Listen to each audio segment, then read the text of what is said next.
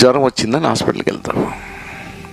పొద్దున ఒకటి, మధ్యాహ్నం ఒకటి, సాయంత్రం ఒకటి వేసుకొని చెప్తాడు. జ్వరం చాలా ఎక్కువ ఉందయ్యా అని చెప్తారు. అప్పుడు దాన్ని ఏం చేస్తారు? డోసు ఎన్నిసార్లు వేసుకోమంటాడు? ప్రతి 3 గంటలకు ఒకసారి వేసుకోమంటాడు.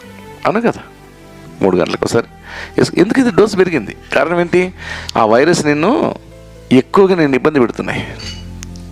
అంటే ఇక్కడ నీవు 2 పాపపు క్రియలు వదిలేవని అంటే నీకు ఆ 2 ఇంతవరకు నిన్ను నడిపిస్తున్నా ఒక 10 ఉంటాయి. ఆ 2 క్రియలు నడిపించే ఆ దురాత్మలు ఒక 10 ఉంటాయి. అవి వచ్చి నీ మీద పడతాయి. అప్పుడు నువ్వు ఇంతకుముందు కొద్దిసేపు ప్రార్థన చేస్తున్న దానివి, కొద్దిగా బలంతో చేస్తున్న ఇప్పుడు ఏం చేయాలి? ఇంకా బలం సంబంధమైన, ఇంకా ఆత్మ సంబంధమైనటువంటి రోషంతో, పౌరుషంతో కూడినటువంటి ప్రార్థన చేయగలగాలి.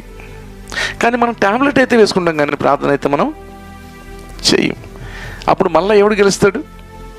అపవాదే గెలుస్తాడు. మళ్ళీ నువ్వేం చేస్తావంటే, ప్రార్థన చేస్తే ఎక్కువ అవుతుంది, అందుకని మనం ఏం మానేద్దాం? ప్రార్థన మానేద్దాం.